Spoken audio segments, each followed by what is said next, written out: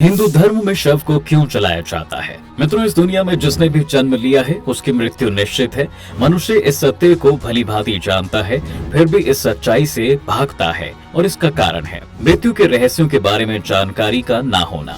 गरुड़ पुराण के धर्मकांड प्रेत कल्प अध्याय में इस बात का विस्तार से वर्णन किया गया है कि जब मनुष्य की मृत्यु नजदीक आती है तो क्या होता है। साथ ही इस बात का भी वर्णन किया गया है कि मनुष्य की मृत्यु हो जाने के बाद मनुष्य को उसके साथ कैसा व्यवहार करना चाहिए ताकि मृतक आत्मा को जल्दी से जल्दी शांति मिल सके। गरुड़ पुराण के प्रकल्प अध्याय में पक्षीराज भगवान कृष्ण से पूछते हैं कि हिंदू धर्म में मनुष्य को जलाया क्यों जाता है।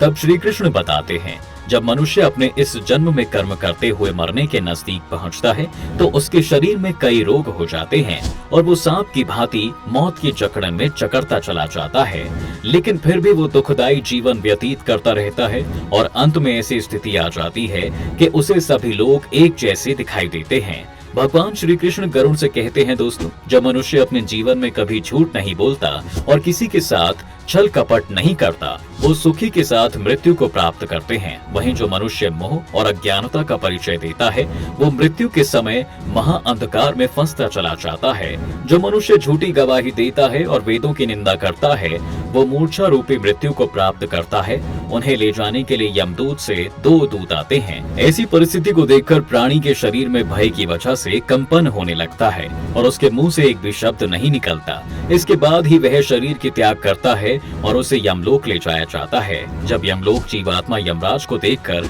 भयभीत होने लगती है तो उसे फिर से यमराज के निर्देश अनुसार अपने मृत शरीर के पास ले जाया जाता है और वो आत्मा अपने शरीर में प्रवेश करने की बहुत कोशिश करती है लेकिन कर नहीं पाती। मृत शरीर को आंगन में रखा जाता है और उसके पास तिल और कुश भी रखे जाते हैं, क्योंकि ऐसा करने से मृत शरीर अपने सभी पापों से मुक्त हो जाता है। गरुड़ पुराण में भगवान श्री कृष्ण कहते हैं, दोस्तों, कि तिल मेरे पसीने से उत्पन्न हुआ है और कुश मेरे शरीर के रोमों से उत्पन्न हुआ है। कुश के मूल भाग में ब्रह्मा, मध्य भाग में विष्णु और अग्र भाग में भगवान शिव मौजूद होते हैं। ये चीज आत्मा को दुर्गति से उभार लेती है। मृत शरीर को लकड़ियों पर लेटाने के बाद उनके शरीर में पंचतत्व डालना जरूरी होता है, क्योंकि ये पंचतत्व सभी पापों को जलाकर मुक्ति की ओर ले जाता है। अगर ऐसा नहीं किया जाता तो प्रेत आत्मा मृत शरीर में प्रवेश कर जाती है और फिर से आत्मा मनुष्य योनि में भटकती रहती है। इसके बाद परिवारजन मृत आत्मा के शरीर में गंगा जल या तुलसी का पत्ता डाल देते हैं और फिर उस मृत शरीर के पास भगवान विष्णु का नाम लेना चाहिए। जब भी किसी इंसान की मृत्यु हो जाती है तो यमराज आदेश देते हैं कि उस आत्मा को मेरे पास लेकर आओ जो हरि का गुणगान नहीं कर रहे हो।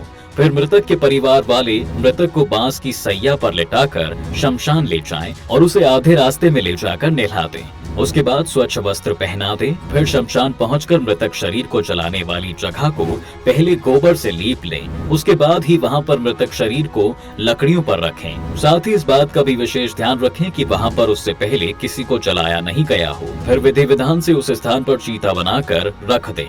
फिर पुत्र, पौत्र या फिर परिवार के किसी सदस्य द्वारा मुखाग्नि दी जाए और जब शरीर आधा जल जाए तो खोपड़ी को किसी डंडे से फोड़ दे। ऐसा करने से आत्मा अपने पितरों के लोक में चली जाती है और जब मृतक का शरीर जल जाए तो परिवार वाले शमशान से घर लौट आएं, लेकिन घर में प्रवेश करने से पहले सभी लोग स्नान अवश्य कर लें।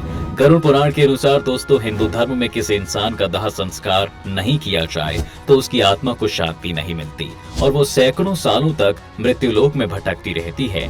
इसके बाद आप सभी जानते हैं कि मृतक के परिवार वाले 10 दिनों तक पिंडदान करते हैं और फिर उसका श्राद्धकरण किया जाता है। हिंदू धर्म में मान्यता है कि इंसान का पुनर्जन्म होता है और वो अपने अपने कर्म के अनुसार अलग अलग योनियों में जन्म लेता है। गरुड़ पुराण में श्री कृष्ण बताते हैं कि पशु पक्षी की योनि बहुत ही दुखदायी है, इसलिए उन सभी को उनके कर्म के अनुसार ही योनियां प्राप्त होती हैं।